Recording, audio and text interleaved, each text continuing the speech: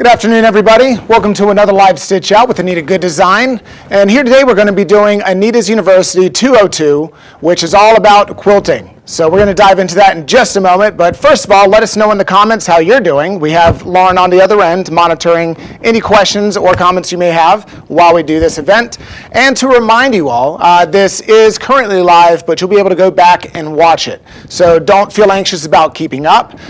Just remember that the first time you may watch this through, the pace I'm at may not be where you're at with your experience level, and that's perfectly fine. So exactly what are we doing today? Well, we're going to have a link posted because today, or this month rather, at the end on the 31st is the last day that you can get the Anita's University 202 binder with all the designs included, hundreds of pages of tutorials, etc., all there for you, and that special is $75 right now. So if you haven't taken advantage of this special, which is a huge discount, normally $250 is like the best sale price we have these at.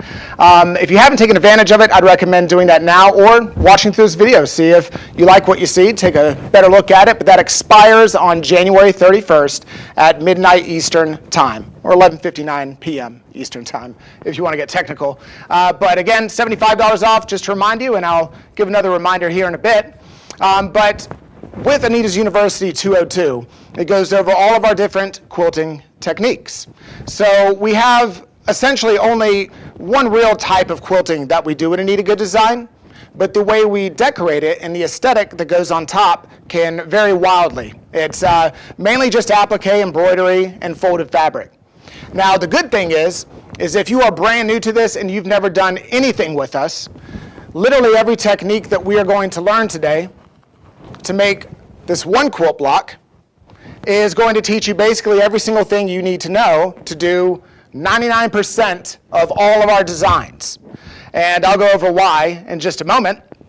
But to kick off exactly where we're going to be starting in class, so you can go ahead and start prepping yourself if you're watching this now or later on and watching the playback, is we are going to be in, of course, our university binder, the 202. And the front page of the section we will be in is page 54. So we're going to be doing watercolor confetti, which I have the page out from the binder here. Now, this does not have a page number on it, so I gave you the first actual page inside there. And the very intro page of every single one of these subsections in your 202 binder is going to tell you about whatever it is, and digital rather, and it's also going to give you your material list. So when you pull this up on your computer, or if you print it off from the PDF digital file, you'll be able to see it just like I have printed it off myself, where the material list is for that whole section. And that's just a general material list. Obviously, you may be using a little more or a little less confetti in this case, depending on the design element. But that's the first place you want to check whenever you get into a new subsection, is that intro page. Get your material list, and then we'll dive in to decide what we want to do. Which for this class, of course, I showed you the one we're going to be doing in class, which is the actual fox sleeping here on the quilt block. The number steps for this design are on page 61. So I'd recommend following along with those number steps first, and I'll touch on the picture steps in a moment when we dive into it. So we're going to learn a few things here today. We're going to learn how to do a basic quilt block. We're going to learn not only applique, but confetti applique, so it's just an application on that principal technique of how we applique at Anita Good Design, as well as our folded fabric technique. Our folded fabric technique is essentially our way of mimicking or replicating traditional hand or paper piecing in the hoop.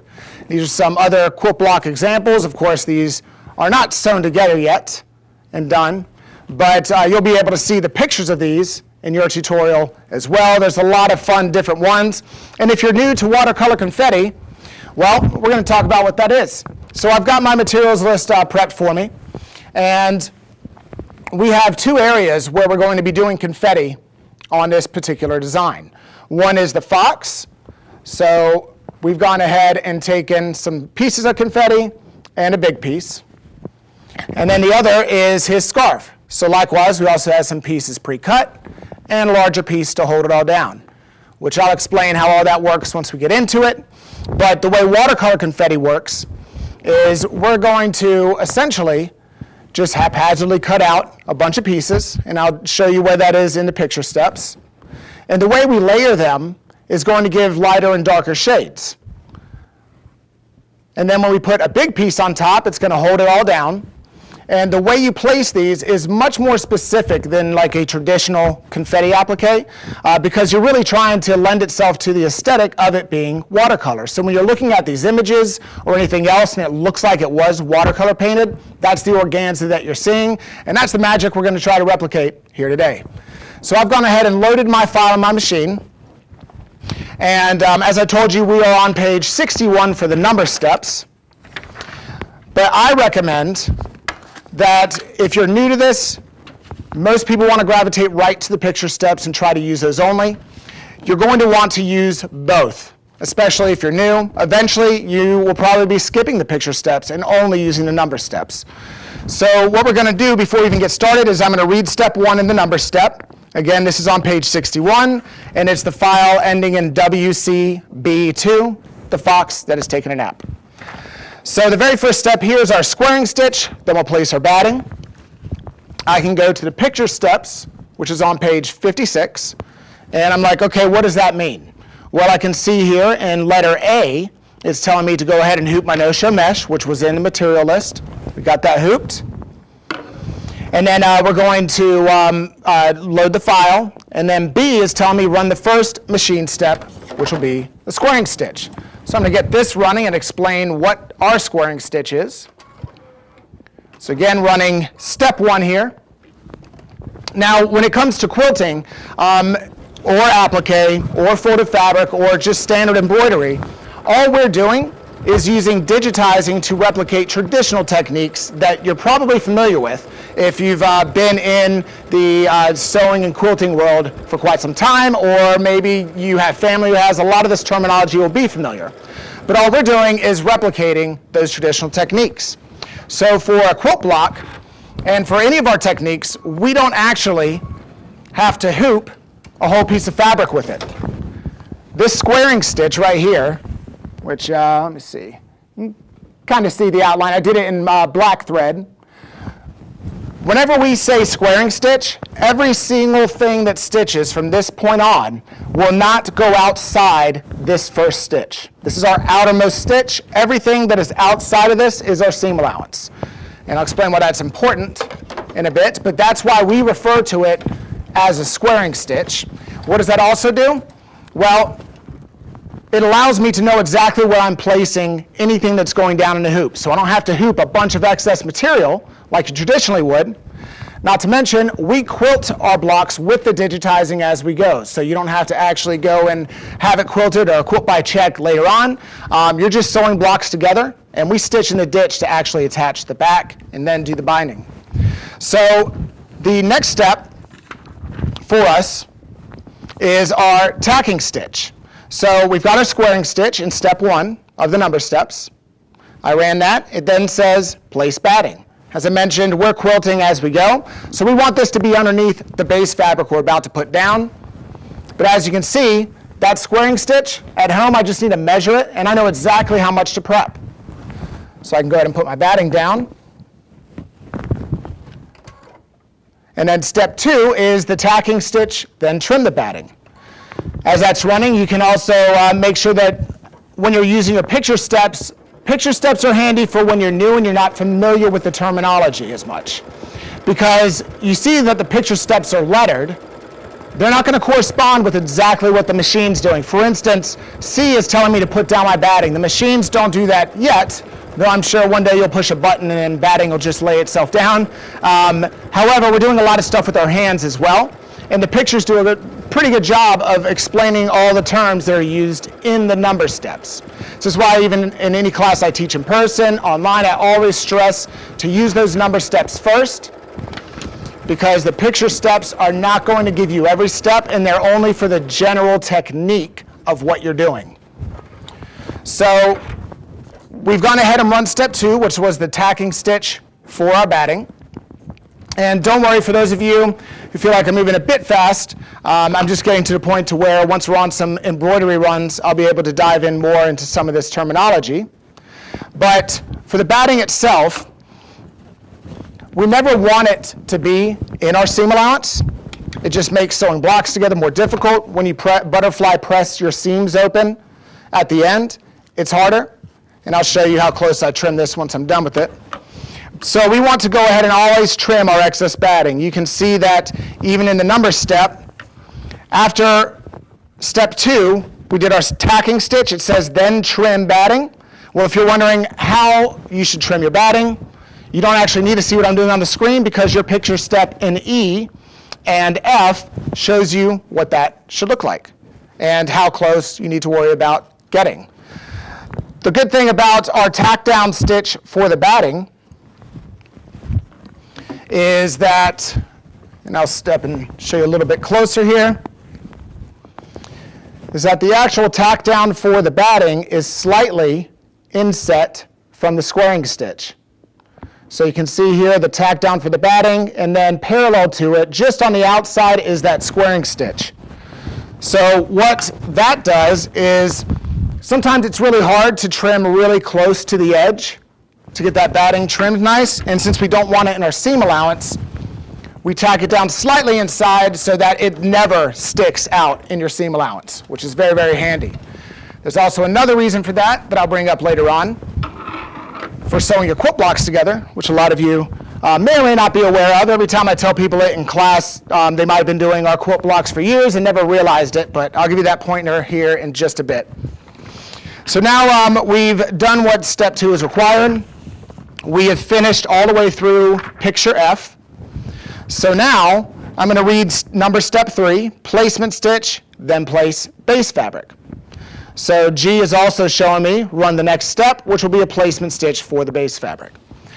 You may not always have a placement stitch for this base fabric, but because we're doing folded fabric borders, our base fabric will not extend into the seam allowance. It's going to stop basically underneath this folded fabric border that we're going to build in later on. So right now I'm going to go ahead and run step 3 for that placement stitch.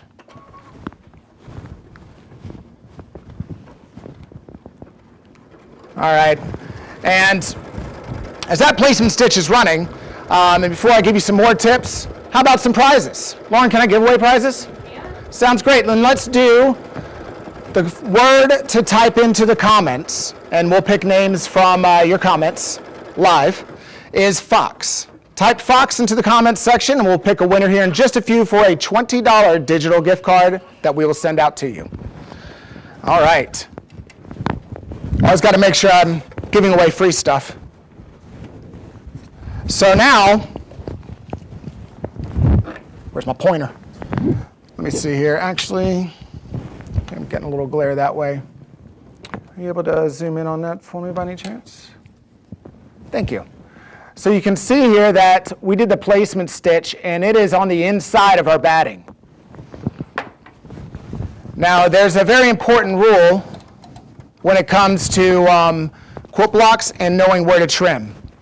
So at home, I could measure this placement stitch. I'd know how much I need to trim out for my fabric. None of it's going to be in the seam allowance, so I don't need to trim more. I can trim pretty close to what that placement stitch is. I'd say a little bit bigger, just so you don't misplace it and accidentally miss where it tacks. So now on step 4, tacking stitch for that base fabric, and then trim my base fabric. I can see pictures H, I, and J. Actually, all the way through K is essentially going through and showing me how to place that and how to trim it. So, as I mentioned, that base fabric, since we're tacking it down inside the squaring stitch, it is not butted up to the squaring stitch. The general rule is, and what we pretty much always follow here at Anita, is if a piece of fabric does not tack down against that squaring stitch, it gets trimmed. You can see how the folded fabric on these is left in the seam allowance, like we have a little bit going all the way around in that seam allowance on the sample blocks that they stitched out. Well, we want that for when we go to sew the blocks together. What we don't want is to have a bunch of extra fabric we don't need in there. You also want to know that rule because when you're appliquing, you need to make sure you're trimming inside the block where it need be, but leaving any seam allowance that is applicable. Bryan, we have our winner. Who's the winner? It is Valerie Coulis. Valerie Coulis, you are the winner. Congratulations. You get that $20 digital gift card. If you'd like, go ahead and email us at customerexperience@anita-gooddesign.com. Let us know you're the winner, and we'll shoot that on over to you. Congratulations. And don't worry, for the rest of you, we'll be doing more prizes here in just a bit. So I've gone ahead and tacked down the base fabric. One thing you want to get in the habit of is, you probably already know this, but I'm going to go ahead and check, okay, none of it is against that squaring stitch. It's all inside the squaring stitch. Bryan told me every time that happens, I need to trim all the excess fabric. So we're going to go through and trim all the way around. You can get as close to the tack down stitch as you can get right there. Now, there's a very important reason why we want to trim any excess fabric that is inside the squaring stitch, and we're going to find that out when we get to doing our folded fabric borders. So don't worry. All right. Next up, I'm going to go on to the next step here. I see my machine is telling me I'm on step 5. Step 5 is telling me to go ahead and do white stippling. Which is also in the picture on L, is saying go ahead and run the stippling for the block in a matching thread color. Matching thread color would be whatever base fabric you used. We generally recommend using a similar color for the stippling. I'm going to run mine in black so you can see the stippling. Is there? Maybe I'll run it in white thread. Let's see here. You know what we'll do? We'll do this light blue. Am I missing? Oh, there it is. So with the stippling, since we're quilting as we go, you don't have to worry about doing all this afterwards. It's going to go around where any embroidery designs are going to be for this particular design. And it just makes life easier, especially if you are a traditional quilter. This makes doing quilt blocks a lot faster. And all you're doing is sewing them together at the end with straight stitches. There's nothing crazy about how we finish our quilt blocks. We try to keep everything as simple as possible, so if you are a beginner or very new to this, you'll be able to hop right in. But if you've been doing this for years, decades, or your whole life, then this is going to look beautiful and you're not going to have to do as much work. All right. Get that in. So with the basic techniques we've covered so far, while I get this threaded and run that stippling, is we've got our basic quilt block basically down. Remember, our quilt blocks, and I'm running the stippling now, our quilt blocks are all done basically the same way. Every single one starts off with a squaring stitch, just to reiterate. That squaring stitch is the outermost stitch of our quilt block. Anything that is past that squaring stitch is only seam allowance for anything that gets tacked up to that squaring stitch. Another rule that we had covered was anything that is tacked down inside that squaring stitch, all that excess fabric gets trimmed away. So the reason I'm pointing these things out is because that's all you really need to know for a quilt block to do every single quilt block that we have in terms of just the base foundation of it. They're all done the same way. The only things that go on our quilt blocks are basic embroidery, like the stippling that's going now, essentially the digitizing we program in. All you're doing is changing thread colors on your machine and press and go. That's basic embroidery. Applique is another thing that will go on to your quilt block. This is just applique, the confetti watercolor that we're going to be getting to here momentarily. What's different about this applique? Well, it's just a few additional steps to create a watercolor confetti applique versus a standard applique that you would do a placement stitch, put it down, tack it, trim it, and then do a finishing stitch. The Final technique being used on this particular one, and one of the final main ones that we do, is folded fabric, whether it's for a border, whether it's replicating a flying geese pattern, like a traditional paper or handpiece quilt, log cabin quilts, Bargello quilts, even our zipper bags that have folded edges around the zipper, they all use the same exact technique. So if you're new, why am I bringing that up?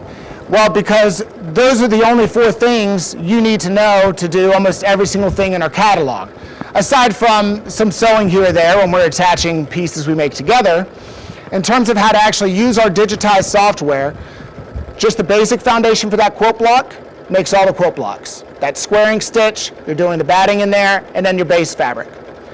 The applique and embroidery that we're getting to right now, that's all you need to know essentially to do any of our appliques or embroidery. Embroidery is, again, just changing thread colors. Applique is just a placement stitch. You're putting down fabric. In this case, we're going to do a little extra fabric, still just applique. And then finally that folded fabric, where it's literally just 3 steps to create one piece of folded fabric, no matter what we decided it looks like in the digitizing. And oftentimes I find people will get a little too in their heads about how difficult things can be, just because of the aesthetic look of what we're doing can look very intricate. Just think back and know, well, what am I actually doing here when you open up any brand new design? Just look at it and say, oh, okay, well, I'm only doing embroidery and applique. It doesn't matter what the applique looks like, the rules are the same. It doesn't matter what kind of quilt block I'm doing, those foundation rules to make the quilt block are all the same.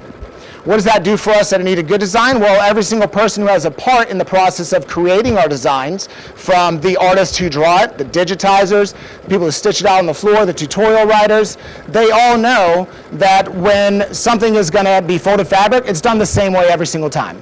Applique, same technique. Quilt block, same technique. So we don't reinvent the wheel every time we come up with a new collection. We just take those few core fundamental techniques that basically go throughout all of our different designs and just create different aesthetics to go with them. Maybe fun new ways of using a technique, like confetti applique instead of just traditional applique. So you're really only doing principle on 4 main applications. That quilt block, again, embroidery, applique, folded fabric. And so far, you've learned about quilting, embroidery, again, just that thread, and we're about to get into the actual applique part.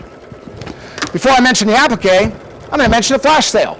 So right now, for our flash sale, we have Be My Valentine, which is in Anita's Express. This is going to be 50% off, so only $15 right now on our website, AnitaGoodDesign.com. You can go on there right now, get it 50% off. Again, only $15, and that is good through Sunday. So make sure you hop on and take advantage of Be My Valentine. You still have time to be someone's Valentine. But this is also, just to read out what we've been talking about, it's a pillow, but what is it? Well, it's an applique pocket with folded fabric. It's 2 quilt blocks. They're sewn together, right sides, flip it, stuff it, whip stitch it. It's a pillow. But you did nothing more than the 4 techniques that I just talked about. So that's what I want you to mainly leave with, because you're going to feel way more confident doing a lot more than you thought you were capable of. It was originally released January of 2019. Thank you, Lauren. Be My Valentine was originally released in January of 2019. Did I repeat you properly? January, yep. January 2019. For those of you who are in all access, that way you can make sure that you're not buying it for the 2nd, 3rd, or 4th time, which tends to happen when you really like something. All right, so I can now see that we are on step 6 on my machine. Step 6 is telling me dark brown, the line illustrations. So there's certain design elements that are going to run in the background first before we actually get into doing the applique.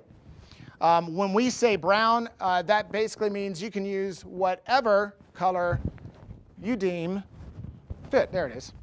I was like, I didn't go far. What did I do with my thread? If you never leave your desk while you're sewing but can't find things you just grabbed, let us know in the comments, because that's my everyday. All right, I'm just going to run black for mine. Again, when we suggest a color, it is just basically telling you what we used in the picture you're looking at. So when you're looking at these pictures, it might look like black, but it was a dark brown we used, which really comes in handy when you're trying to identify very specific things that we may be referencing in the number step. But that doesn't mean you have to use that color. You can use whatever color you want that would go with your design. All right, so again, all we're doing right now is embroidery. The digitizing does all that work for you. All the design elements will stitch out perfectly. You just need to rather change out the thread color to whatever you would like to use. So to dive a little bit more into the quilt block itself, and as I was just mentioning, even this pillow right here that I showed you, Be My Valentine, the flash sale that we're doing, I mean the love letters, all that, it's just applique, quilting, and embroidery. All right, so let's see. So on step 7 here, we've got the placement stitch for the scarf layers, and then we're going to cover with a piece of organza. This is where getting into the actual picture steps is going to come in handy, because this is where it's going to be kind of new to you. Meaning, when we're telling you to place this stuff down, the pictures are going to come in handy here big time. Even if you've been doing this a while, if confetti watercolor is new, this is definitely when you want to reference the pictures at home.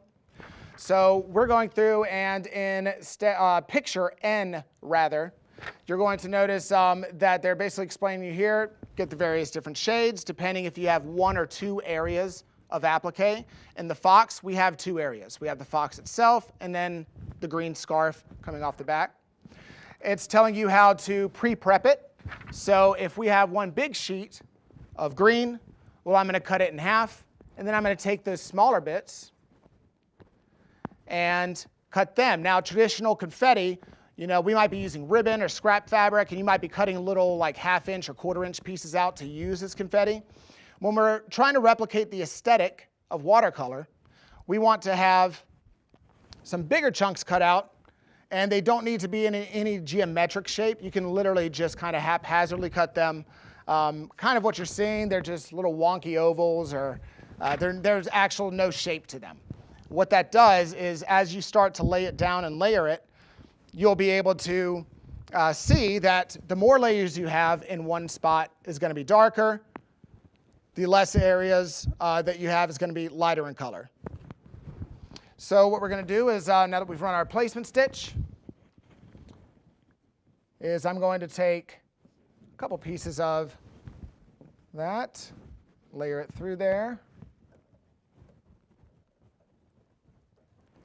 and let me see if I can get a little bit better angle here for you. So I've got a few pieces laid down that are overlapping. It's a small area that we're doing right now for it. Of course, I have an enormous amount of organza here, but at home, of course, you can cut yours a lot closer. Once I kind of have it placed, if you find that it's moving around a bit, that's because we want to use this big sheet to hold it down. You can probably already tell that if we don't have something holding down our confetti when we go to tack it in place, it's just going to get caught in the presser foot, it's going to move on us, and it's not going to do what we want. Plus, we need something to kind of hold that confetti down after it's stitched, so that the loose parts that weren't tacked don't come out. All right, I'm going to take some of the tape. So we put down a few pieces for that small area, and go back around it and tape it down. You don't have to get crazy with the tape whenever you're taping the top part. The idea is just to have it nice and taut so it doesn't move around on you. Okay. There we go.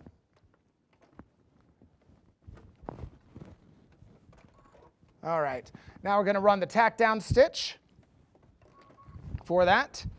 Now, when we run this tack down stitch, this is all there is to applique. Applique is going to have a placement stitch like we did, so we knew exactly where to put our confetti applique. Or with applique in general, you're always going to have that placement stitch. It's a paint by numbers approach that we take to quilting and embroidery. But that placement stitch lets me know how much I need to prep for my applique, exactly where it goes. Appliques always go right side up. Then we tack it in place. The only difference with this applique is how we're manipulating that principal technique, which is using watercolor confetti. Push that corner down. Oh, yeah, is it blocking the view? I'll make sure it's pushed down. Thank you, Lauren. So now that we've tacked it, how are we going to trim this? Well, the way we trim appliques is going to be dependent on the type of applique that we're doing. For instance, if I'm doing a standard applique, which would have like a satin stitch finish around the edge, well, I want to trim it as close to that tack down stitch as possible. When I'm doing this watercolor confetti, well, actual watercolor tends to bleed through the lines.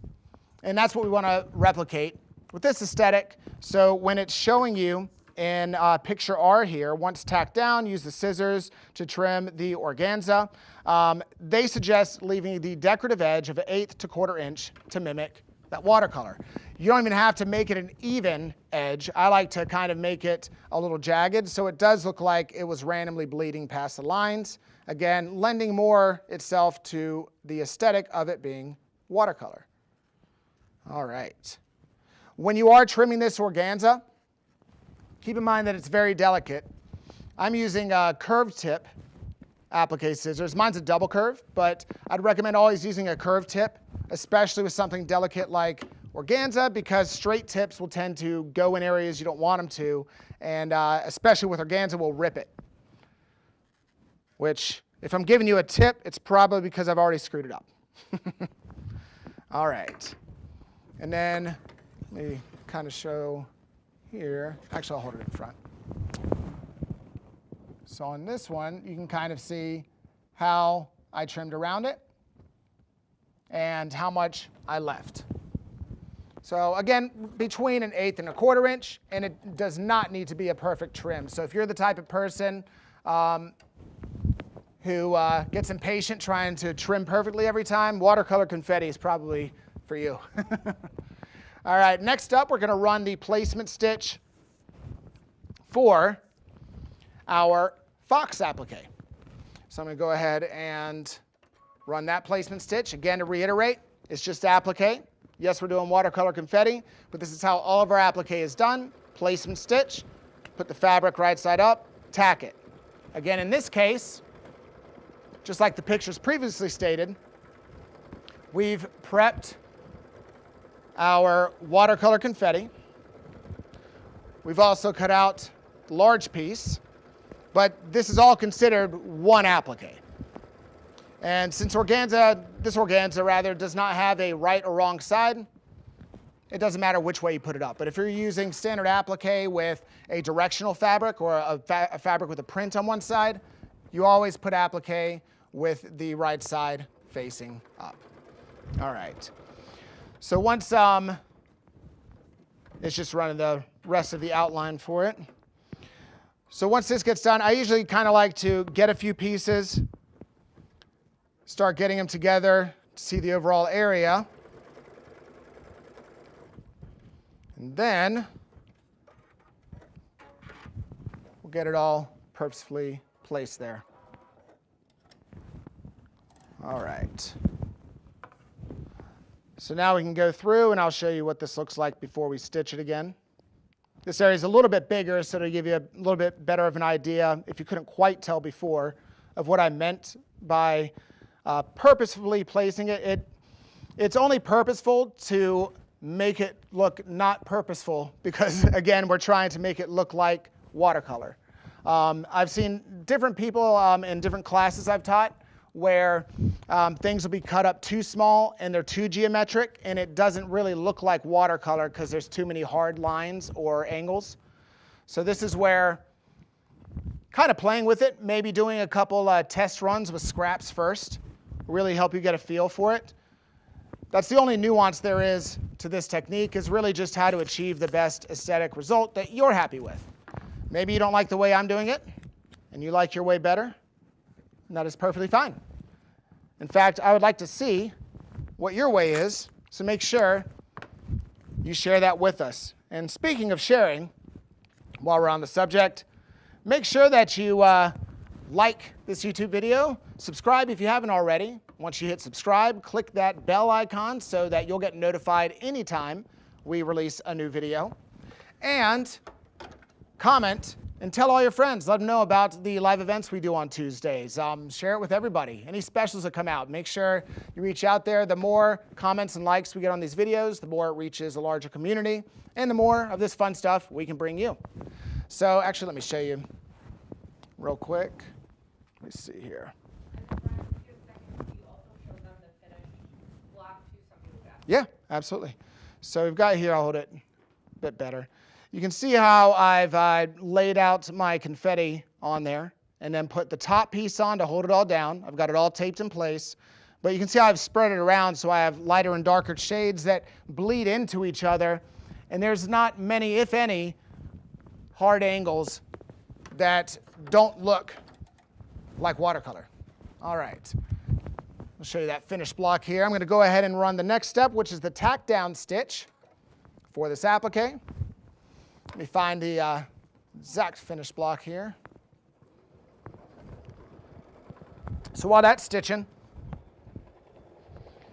this is the end result of what we're going to be doing, which is that quilt block with the confetti applique and folded fabric borders all built into it. Again, we're going in class, we're doing the watercolor confetti section of the 202 Anita's University, which again is on special until Sunday, or excuse me, not Sunday, the 31st of January rather, for $75. So get it while you can, because this is it for that special. Then it goes back to its normal pricing, but a huge discount. And we are on page 61 for that fox that we're doing right now for the actual number steps. And for anyone joining in late, don't worry. Again, once this live feed is over, you'll be able to go back and watch this once again. All right. Catch up here. So essentially, we're running steps, we're on picture steps rather, U and V. And what V is telling me, and what I'm kind of looking at next, is if our block contains multiple watercolor areas, and this is the notes below the picture, on the picture steps, which I'm on page 59 if you wanted to catch up on that. If your block contains multiple watercolor areas, keep the colors from blending together by trimming away the darker areas within the next set of placement stitches. And this example, meaning the actual fox that we're doing, is in this picture step. We will be removing the organza from within the space on the fox's face. So in the end picture, I can see that the tip of his tail is white and around his eyes are white. Well, what we're going to do here is go through the trimming, and we're going to take away the organza that's inside those eyes, because we're going to use additional organza, like this lighter color beige organza they got me, to do the eyes and the tip of the tail. So because it's organza and it's sheer, if we don't remove the orange from inside where this is going to go down, it's just going to change the color. You can place yours on top and see if you mind that.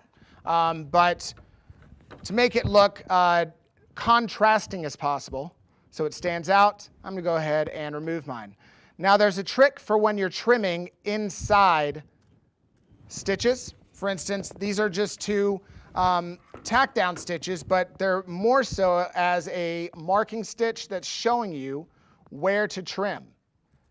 And since we're trimming out the actual organza inside the eye, and I'm going to show you one right now that I just got done trimming. What do we want to make sure we don't do? Well, we don't want to actually cut through the fabric that is our base fabric. So what I do is I make sure, here we go, that when I get in with my scissors, I'm using that curved tip and I'm just making sure I'm only grabbing that organza. If you have multiple layers here and you need to do a few layers at a time, that's fine. Or you can use a seam ripper to start your hole. You just want to make sure that you're not puncturing the base fabric below it or cutting through it. So I've trimmed out most of the organza inside there. There's still a little bit here or there. That's dependent on how picky you are with it, but again, it's supposed to look like watercolor, so your lines can be a little messy. So now that we've done that side of the eye, I'm going to do the other eye, get that cut out, and then we'll move on to the next set of steps, which will be doing the eyes and tail. So again, all we're doing here is that basic applique, which I'm going to keep reiterating because as I've taught hundreds of classes over the years, I find that whenever I'm teaching a new technique, I'm really not teaching a new technique. I'm teaching a new way of manipulating a fundamental technique. And I feel like when I don't reiterate that, it can confuse people that they're learning something completely new when they're not. You're just doing applique here. It's just slightly different. All right. So, of course, I almost forgot to trim around the fox. Caught myself. So also make sure after you trim the inside of the eyes out that you trim the rest of that organza applique all the way around. Again, you don't have to get all the way to that tack down stitch.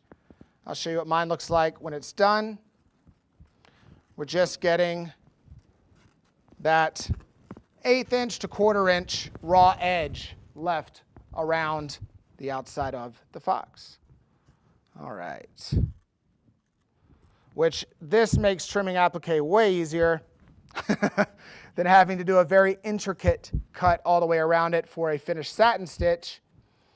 Raw edge is mainly because I sometimes am a little lazy with trimming, but raw edge is one of my favorites because you can do it really quick and sloppy. It looks exactly what it's supposed to look like. Okay, got all that cleaned up. So now, you can see, get in the right angle. I forget the camera's opposite. You can see how I've trimmed up all the way around. We have the inside of those marking stitches for the eyes trimmed also. And next, we're going to go ahead and run the next placement stitch. So even though, and this is another common mistake I see, even though I have basically a general idea of where I'm supposed to put my next pieces of organza, because you might be able to see it in the picture, or you may kind of be able to guess by looking at that. Always check your steps to make sure that you're not skipping something.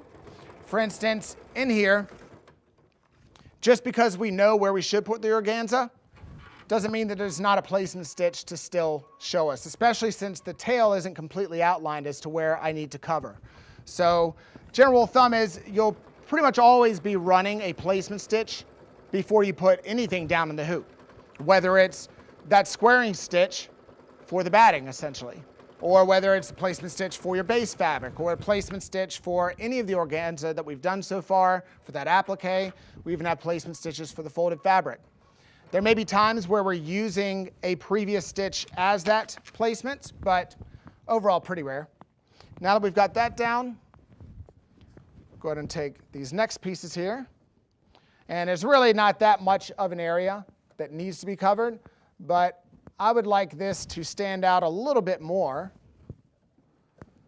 So I'm going to put a few more layers down than I did previously, and just make sure that there is a big piece on top to cover all of it. Then tape it in place. Again, to mention and reiterate what I was just saying about those placement stitches is if you're looking at the picture to know where you're supposed to put something, if you can't tell just by looking at the hoop, you're probably skipping a step. All right, now we're going to run the tack down for this last piece of organza applique. And then looking ahead, I can see that basically we're about to get into doing our final steps here in terms of any additional embroidery as well as the folded fabric steps. But I'd also like to give away another free prize. So in the comments below, if you're watching this live, go ahead and type confetti. Spelled as best you can, because now that I'm thinking about it, I don't know if I know how to spell it properly.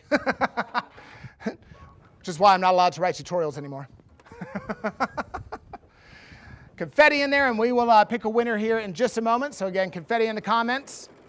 We'll pick a winner, and you'll win a $20 gift card that we will send to you to use digitally on our website.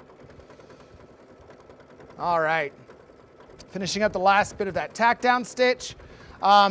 A difference when I say placement stitch and tack down stitch, an easy way just to tell which one did I just run. Our placement stitches are always a single ply, meaning it's just one stitch after the next. It doesn't go back to create a double stitch or triple stitch. It's just a single ply placement stitch, which just gives you the outline of where you're going to either put something for applique or base fabric or whatever.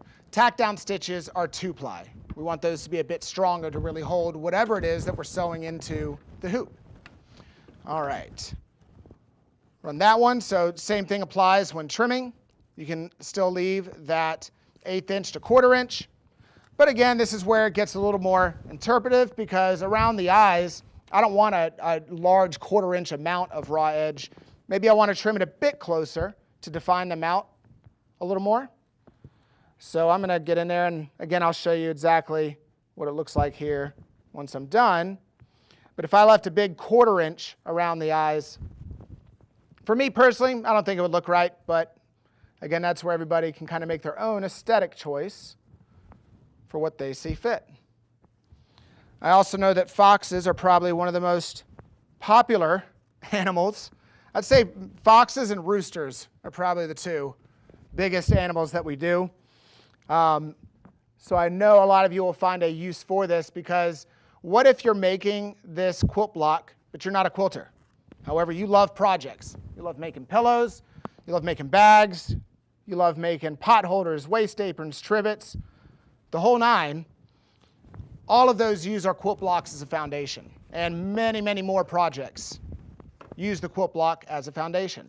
What do I mean by that? Well, just like I showed you from earlier for the flash sale, Be My Valentine, 50% off through Sunday right now on the website, is, again, just 2 quilt blocks that are done and sewn together. We have our winner, Who's our winner there? Mary Leto. Mary Leto, congratulations. You're the next winner for that $20 digital gift card. Go ahead and shoot us an email to customerexperience@anita-gooddesign.com, and we'll shoot that on over to you. So I'm finishing that up here. But essentially our quilt blocks, just knowing this basic technique doesn't mean you ever have to make a single quilt block. Maybe you're using the foundations to make pot holders, trivets, waist aprons, casserole holders. I mean, you'll see when you get into our projects how many things use the actual quilt block as the foundation. So it's very, very useful. And again, why I said there's only a few things, those 4 things I keep mentioning, that you really need to know to do anything. So there is everything trimmed, all those appliques done on the fox. Next, I can see that we're getting into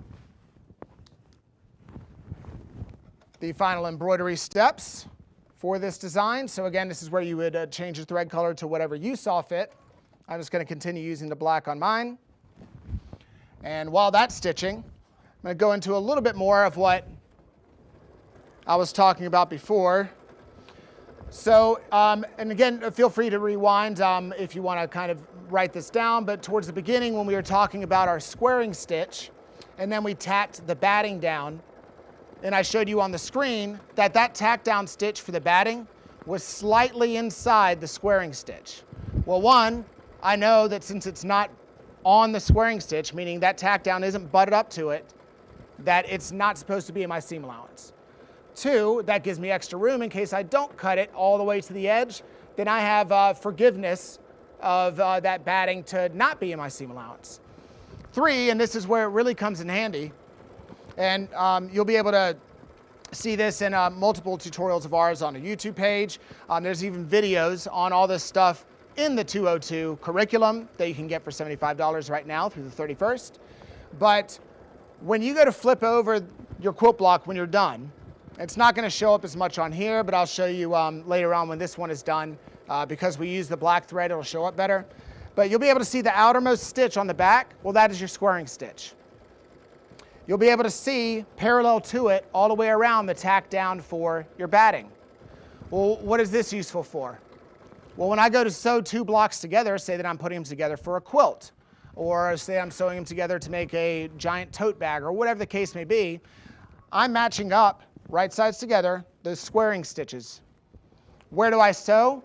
You sew in between that squaring stitch and the tack down for your batting.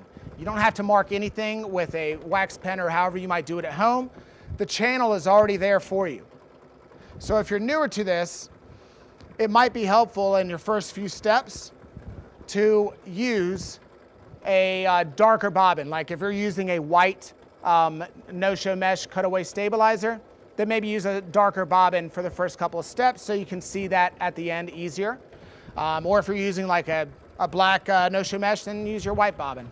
But if you are new, it's very helpful to see that at the end. And again, when this quilt block is done, I'll pull the hoop out and show you the back side of it, which I can actually do after these steps anyway. I'll just hold the hoop up for you. But that's one of the biggest tips when I do in-person classes and tell people about this.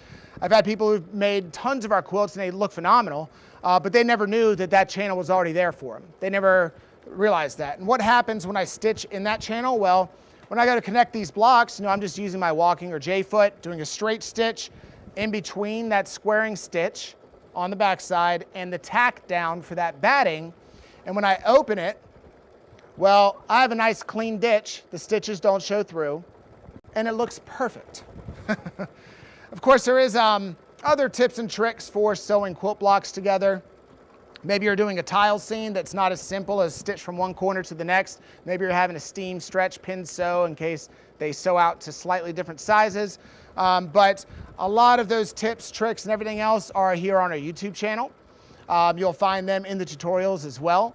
So we have a wealth of information that is not only free for you here on the YouTube channel, but also whenever you buy any of our design packs or this Anita's University 202, the 202 was an in-class curriculum that we taught. And that has a lot of videos on it as well, built right in. So when you put it into your computer or download it, then you're able to pull those right up and watch those videos so that later on, when you're doing another technique out of that book, you're like, oh great, here's somebody walking me through those steps one at a time as well. And again, just to pull it back and tell you what we've done so far. Well, in the beginning we notated that we were just making a quilt block with embroidery, applique, folded fabric.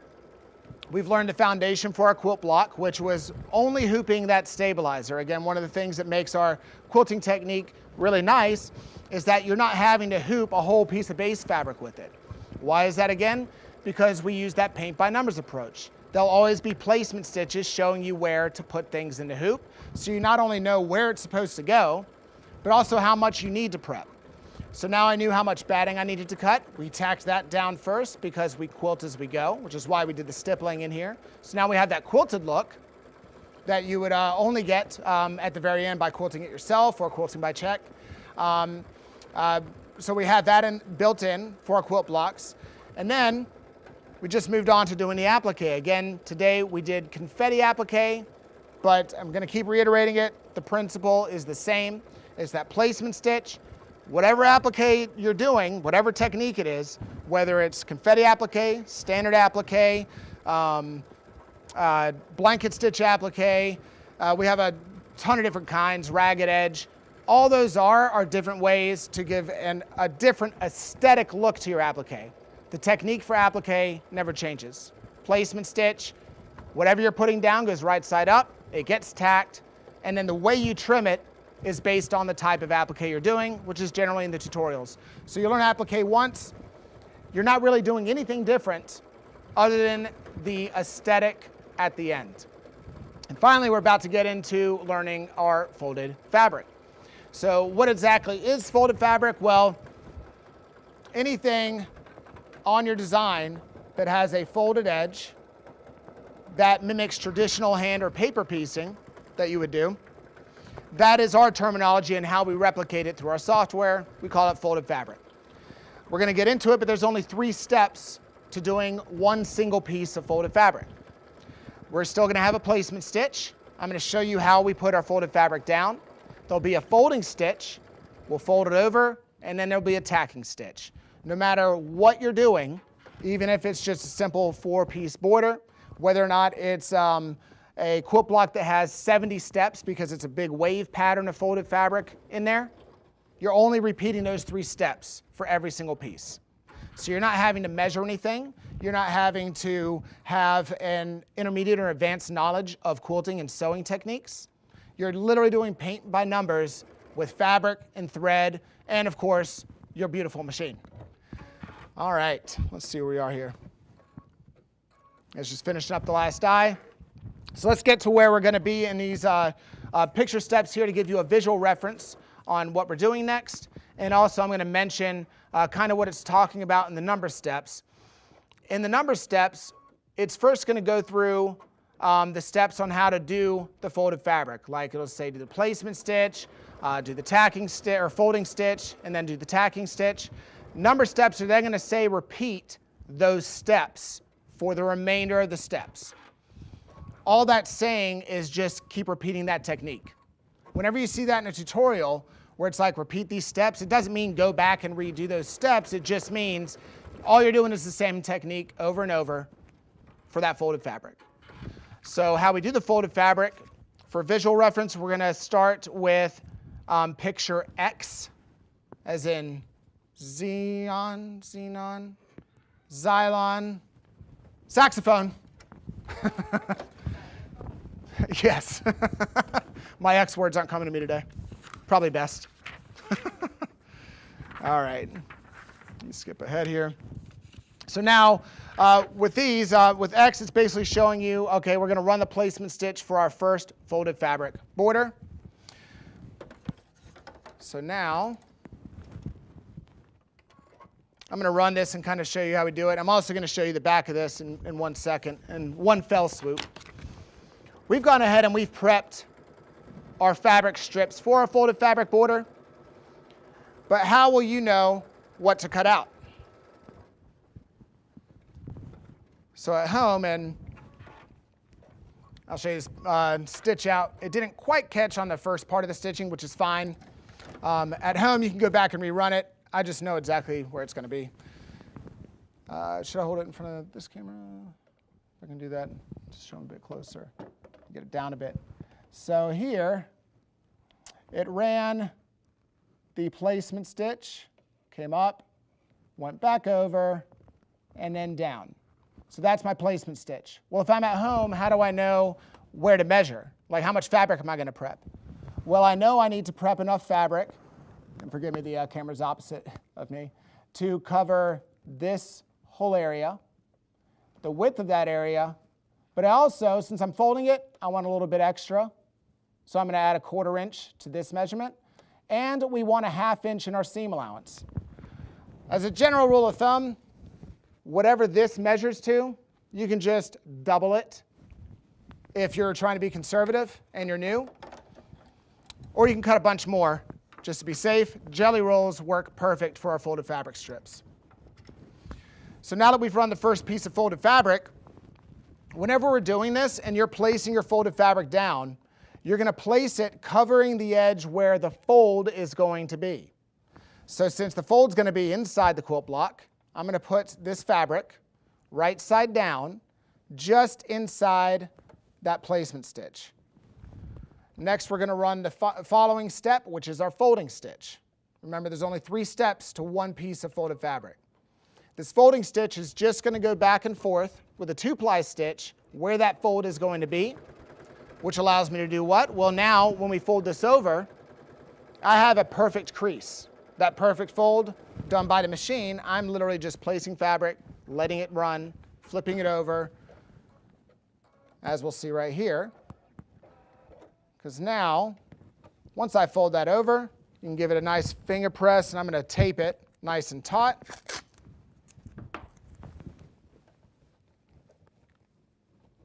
All right. Let me pull this out for you.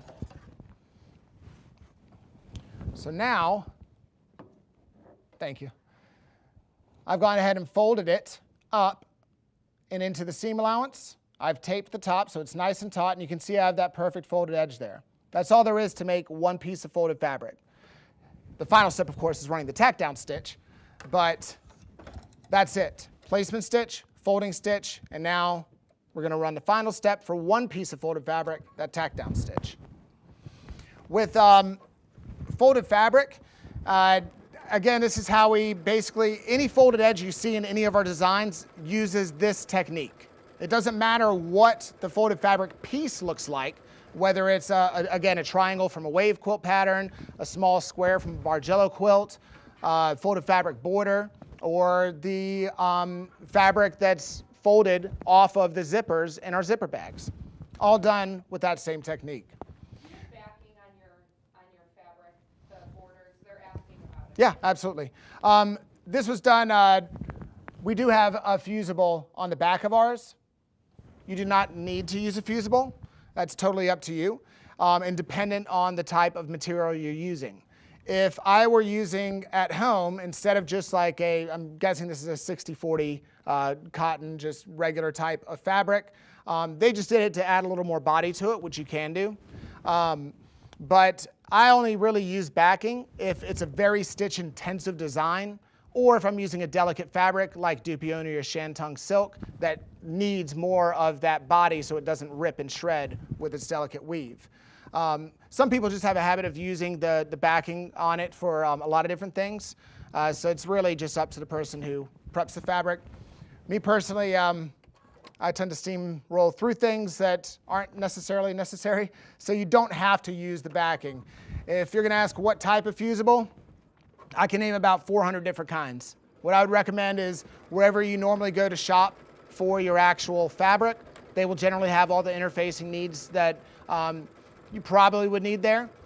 So you can tell them what type of fabric you are buying, what you're going to be using it for, and then they can recommend the fusible. Because there are different types and different weights of fusible depending on what you're doing. So I would recommend just checking with wherever you would buy your interfacing at and let them know what you're doing. So now that we'd finished the first piece of folded fabric, well, I know how to do folded fabric, and it's just those same steps repeated. We did the placement stitch opposite. I'm going to take it, put it right side down, bring it just inside that placement stitch. Again, I'm putting it right side down and covering the side of the placement stitch where my fold is going to be. We're now going to run that folding stitch. And once we flip it over, I'm going to show you something very important. So don't get ahead of me if this is your first time doing folded fabric, because I'm going to show you where to trim, and we're going to kind of jump back to that rule I gave you earlier on about how we trim everything that is tacked down inside the squaring stitch. All right, I'm going to pull that taut and tape it up at the top so that it's nice and taut there. And again, you can press the edge with your fingers. If you like more of a really tight crease, you can always take it over to your ironing board and press it with your iron if you like. Now we're going to run our tack down stitch for a second piece of folded fabric. And I'm going to show you how you can pop your entire design out of the hoop, which I've done several times by not abiding by the first rule that we talked about earlier, which was what I just mentioned again. If something is tacked down and that tack down stitch is not touching the squaring stitch, you trim the excess fabric. No. There's a question about when they should use 2 layers of no-show mesh on a design. Is there a stitch count rule to go by? Gotcha. Remind me that in 1 sec, and I'll get my thought. I'm going to answer the question Lauren just posed about when to use 2 layers of stabilizer versus just the one that we're using here in just a moment. But first, I tend to get off track really bad. So first, is where do we trim this folded fabric? Well, we take it out the machine here for you, and then I can see that here's my folded fabric. I can hold it up, and I can see that it is tacked all the way to the tack down stitch along the outside edge. However, let me just hold it back up here. However, this tack down stitch on the sides is not touching that squaring stitch. That means we need to trim the fabric that is not a part of our seam allowance, because this side right here is inside our squaring stitch, meaning it is inside our design. Now, you might be asking why to trim it. Well, if I was using this dark color for the top and bottom folded fabric, and I'm going to overlap a lighter color on the sides, it can cast a shadow through it. But the most important part is, since you're using a digitized software, the machine is going to run a placement stitch for the next side piece of folded fabric. So what it would do is the presser foot would come down, run the placement stitch, come back over, come back up. And if I didn't trim this loose fabric, that presser foot's going to go under the loose fabric, sew that loose fabric to the presser foot, keep moving, and pull your entire design out of the hoop. If that has not happened to you yet, it will one day. It's happened to all of us here, especially sometimes when we're on the production floor and running multiple machines. You forget one small detail, which is that rule, which is why I've been reiterating it since the beginning. Because what also, if you have like a big wave quilt that you're doing, and you're doing a bunch of pieces of folded fabric, and that is your base fabric, well, some of that needs to be in the seam allowance. We need a seam allowance when we sew the blocks together to give good stability to our seams so they don't just pull right out of our straight stitch. But we don't want all that loose fabric on the inside getting caught by the presser foot, and sometimes it's just going to overlap other pieces. So as a general rule, where to trim, again, if the tack down stitch is inside that squaring stitch, you cut it. If the tack down stitch is against, meaning right on that squaring stitch, you leave it, because that is now your seam allowance, which is why I trimmed the sides, but I did not trim what is tacked to my seam allowance, or that squaring stitch. So now, you'll see what I mean as I run the next step here. Oh. For that placement stitch for the first side piece is, and you may be discovering this on your own or have gotten ahead of me and discovered it, this is where it would have come back down and gone right underneath that loose fabric. So again, since we're going to have these side pieces in our seam allowance anyway, this isn't even necessary. And to get to the question in the comments that Lauren just let me know about, and side note, so we're going ahead and place, again, right side down, just inside that placement stitch, run the folding stitch. So in terms of stabilizer, when should we use more than one piece of stabilizer? Well, in our designs, when you go to pull them up in your tutorial, it's going to give you stitch counts. I just know from experience that none of these stitch counts on here, even the very largest size, doesn't have more than 16,000 stitches on the Fox. The size that we're doing in class here has about 11,000 or so. When you start getting into 30,000, 40,000 stitches in a single hooping, that's where all that stitching is going to start to really draw it in, and that's where I would automatically go ahead and do 2. This is more of an applique heavy design.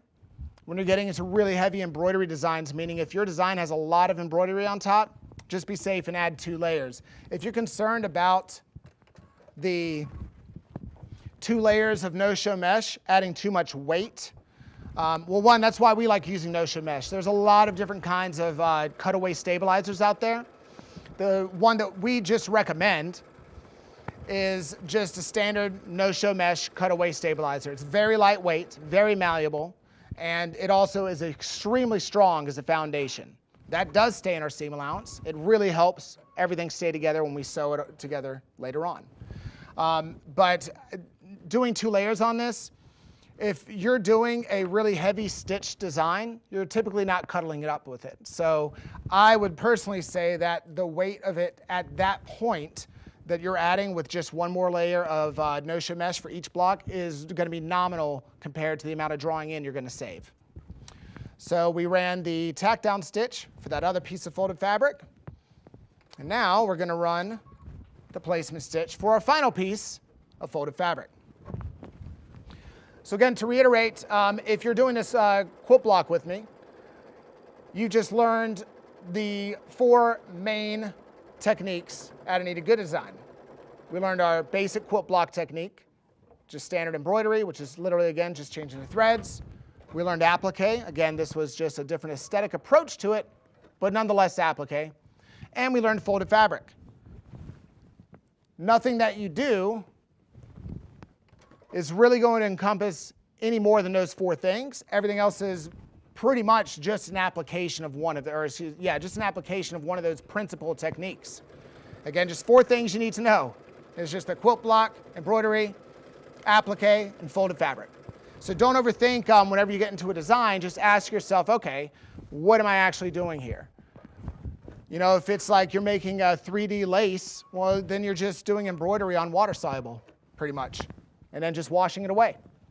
If you're doing a huge tile scene, more than likely, it's just going to be pretty much standard quilt block with some appliques and embroidery, maybe folded fabric.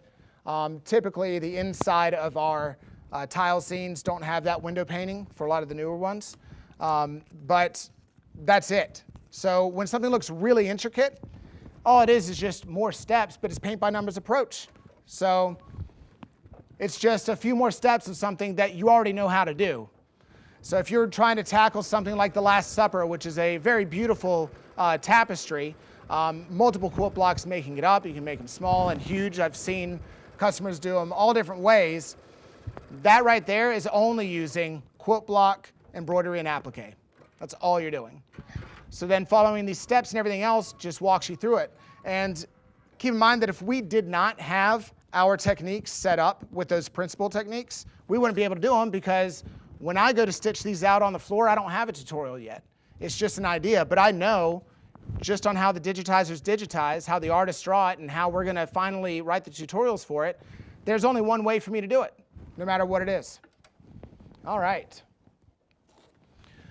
Now that we are finished with our fox here, of course, in the tutorial, it'll tell you to, where am I holding it here? Sorry, I keep forgetting the opposite angle.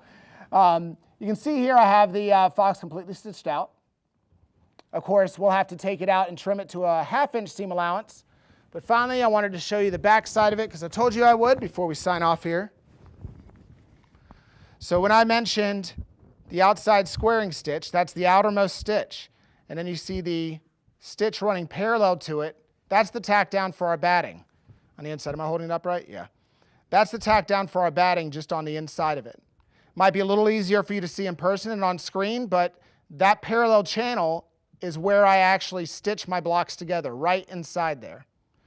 So that's how handy it is to know that little pointer, so that you're not spending time having to mark things that you didn't realize you never even needed to mark. And before we sign off, just a reminder that the Anita's University 202 is again on special on our website for a digital purchase and download, and that price is $75 through the end of the month, so make sure you grab it while it's hot. And again, please make sure to like, subscribe, click that notification bell so you'll always stay up to date on any new videos that we're releasing, and make sure you tell all your friends about it. Comment below, let us know what you liked about this video or what you've done with your quilt blocks. Any other questions you have, go ahead and post them down there for us and we'll get to them when we can. But thank you for tuning in today for another project with us at Anita's University.